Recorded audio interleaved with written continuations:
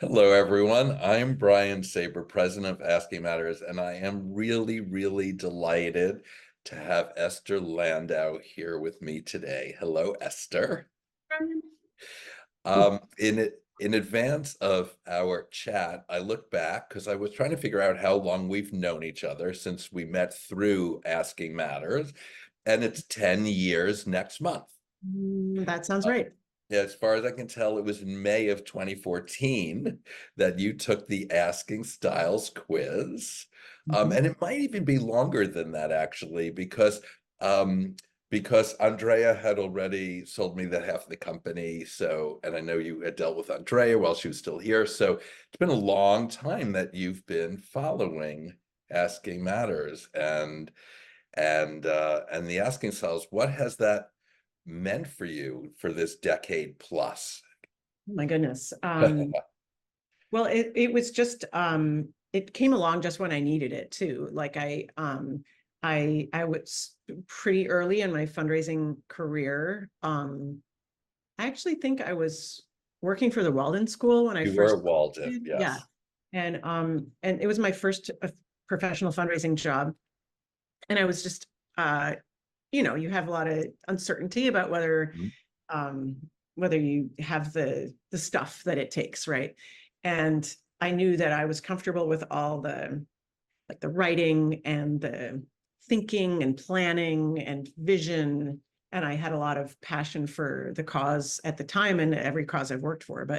Um, but having Asking Matters as a kind of reminder that fundraisers come in all flavors, that there was a Mhm. really like a well-worn path for me to be successful. It wasn't like I had to blaze a trail or anything like that. There were many, many introverted fundraisers before me. That's So so that's right. Your response prompts so many questions. One of them, first of all, is to acknowledge that you are primarily a mission controller, secondarily kindred spirit. And so when you talk about all the planning and all of that you brought to the table, that's so in the mission controller sweet spot. And and I'm also thinking, most of us fundraise, not because fundraising is the thing we wanted to do most in life, but because of a passion. And you were are do I call you a flautist? Is it sure. a I mean, flautist? Somebody completely plays the lapsed, but flute, sure. and you taught flute forever, and then you went to Walden.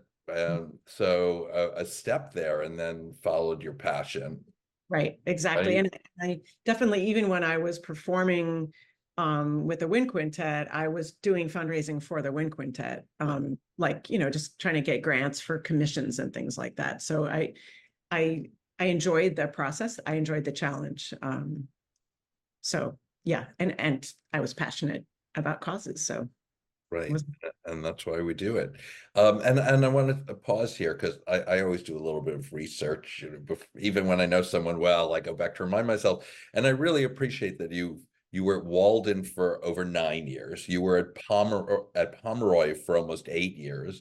And that longevity is so helpful in our nonprofit world, especially for a key development person as you were, to build those relationships and see the fruits of those labors. And I know over the years we talked about some of those gifts you were then going for, which probably were only possible because you stayed, right? exactly. And I don't understand how people, I mean, I know there's that churn that we hear about of people staying for 18 months or something. And I just haven't even met most of the donors in the first year and or connected with them. I just don't have I mean, I want to connect with them, but um yeah, my temperament just kind of, it just takes me longer, to Yeah, connect those relationships. So yeah, for me, I'm a stayer. I you're like there. to Yeah, find the you're right loyal. place and stay. Yeah, You're loyal. Would it surprise your team at work that you're an introvert or not? it might. It It might. might. Mhm. Well, yeah, what do you think they might say and why? Um, well, I mean, they see me do public speaking.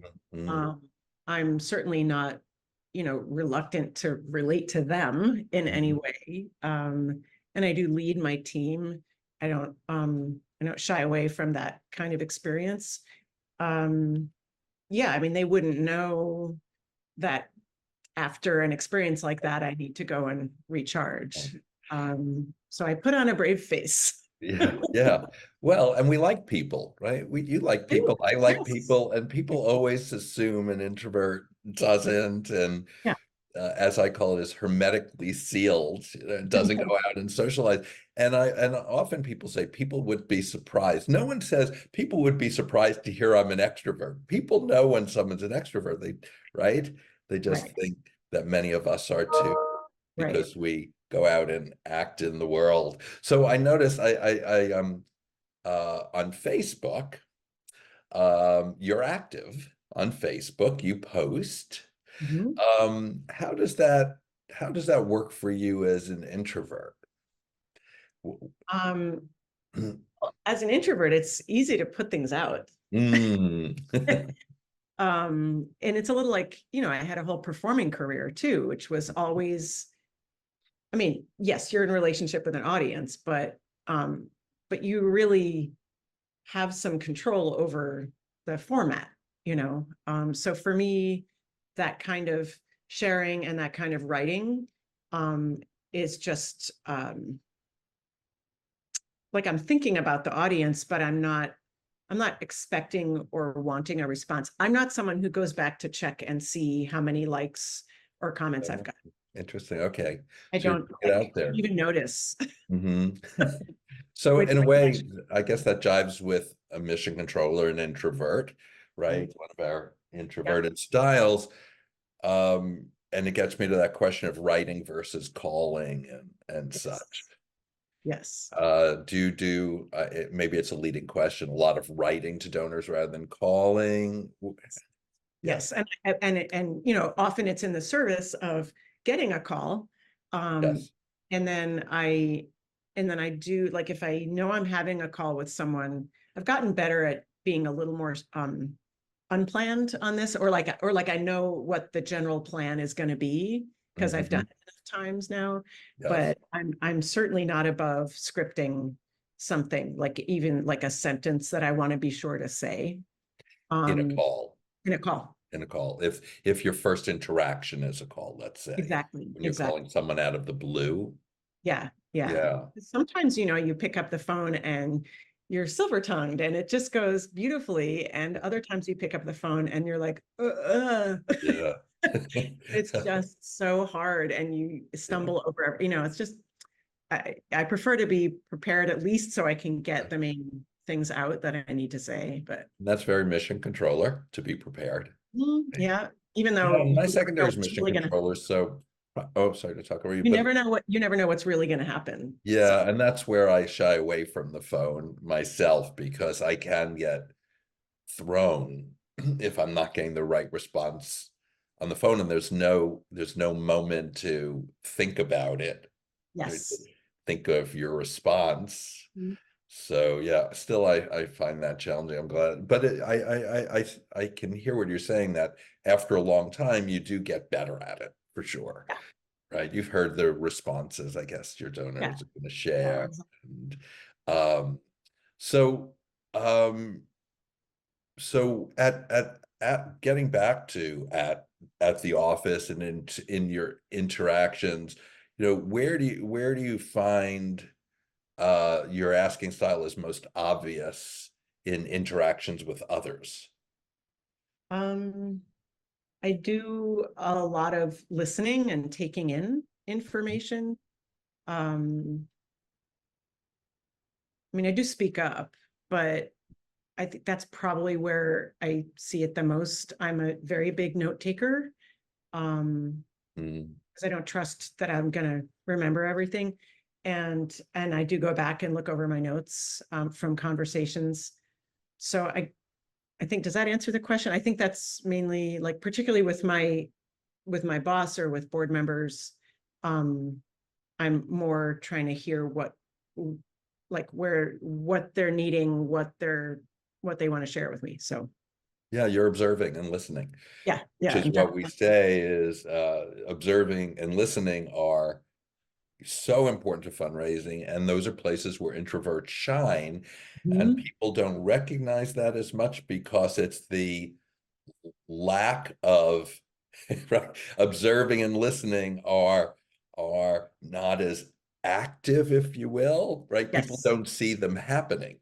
right, So they don't understand the value of them. I don't think I've ever thought about it that way till this right, conversation, right? It's sort of the lack of chatting and whatever would right, be so helpful. right. And it's challenging in the way that um like I find it's like the faucet only works in one direction. Like I can take in information and I'm busy processing it, and I'm not at all ready to turn it around, Hmm. come out with some lovely response or the next question. And Yeah.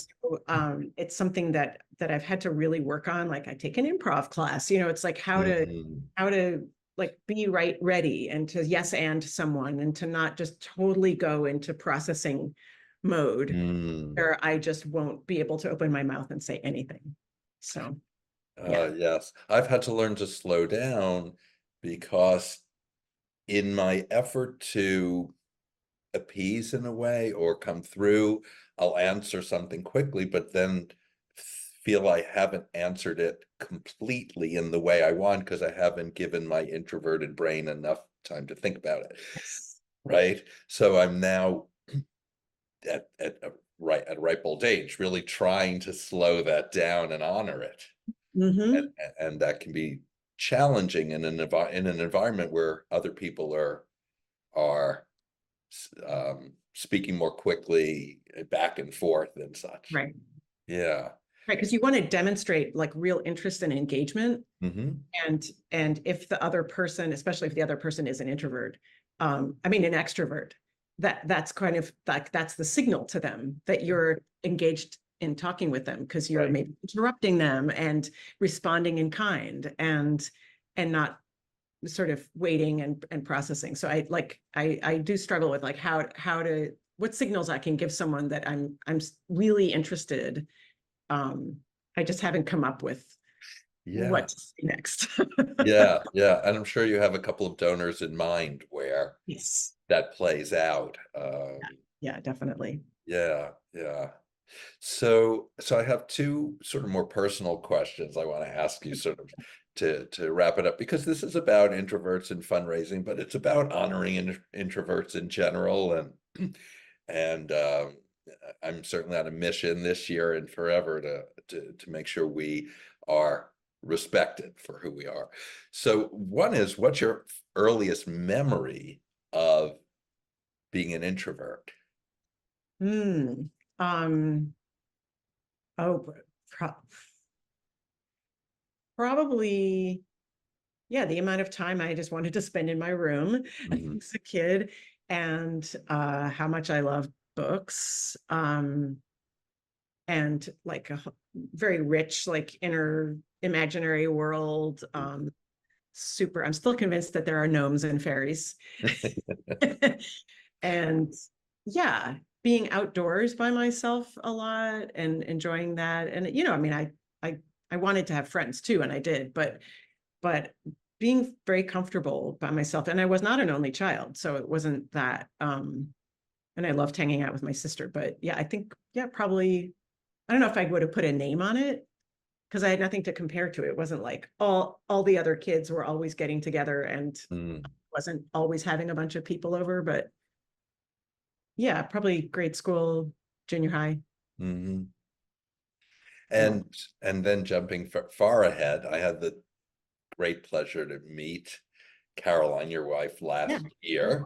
And I'm always interested in terms of, adult relationships and the styles. Mhm. Any guesses to Caroline's style? Yeah. 100% go getter. 100%. Okay, out there, friendly.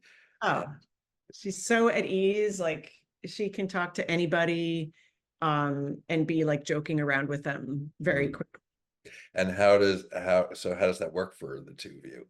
Well, it's great. I mean, it works out very well, actually. Um, like sometimes we'll be in a social setting, and I'm not engaging with people as much as she is. But it's not a problem, you know. It's like, in a way, sometimes it kind of takes the load off of me. Yes. And I can be part of a conversation and not have to, like, drive it forward. So yeah, it's awesome. And she actually, during the pandemic, she learned from me the joys of Mhm. being at home, Mhm. being a homebody. And she discovered that she actually needs time to replenish and recharge too.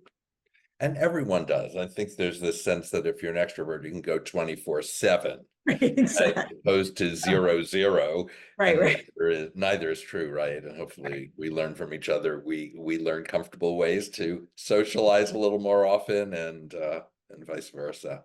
Yeah, Anything, exactly. any final thoughts you have about introverts and fundraising? Yeah, I mean, I would just say, I honestly, for me, the fact that I suck at small talk, um, is not a big deal. I mean, it's awkward, like in an event setting. Yes. If I'm sitting down with somebody, how awesome to be able to just like skip to chapter 4, Mhm. and Yeah. start talking about like how hard it was when your brother had cancer or something like that. Like we go right to real talk, and I feel like I'm getting to know the person better. And I can talk about things in my life, and so it just feels much more real and authentic, the relationship, and that we're For not you, yes. like Yeah. truly not transactional in any way. Yes. Yeah. Yeah. Yeah. That's great. I would agree. And I think that's, for us introverts, that's in a way the beauty of this building of relationships with individuals. Even if it's a foundation or something, it's the individual, the foundation, and getting Yeah, to know exactly. each other, which is something we can do well. Yeah, exactly. Great. Exactly.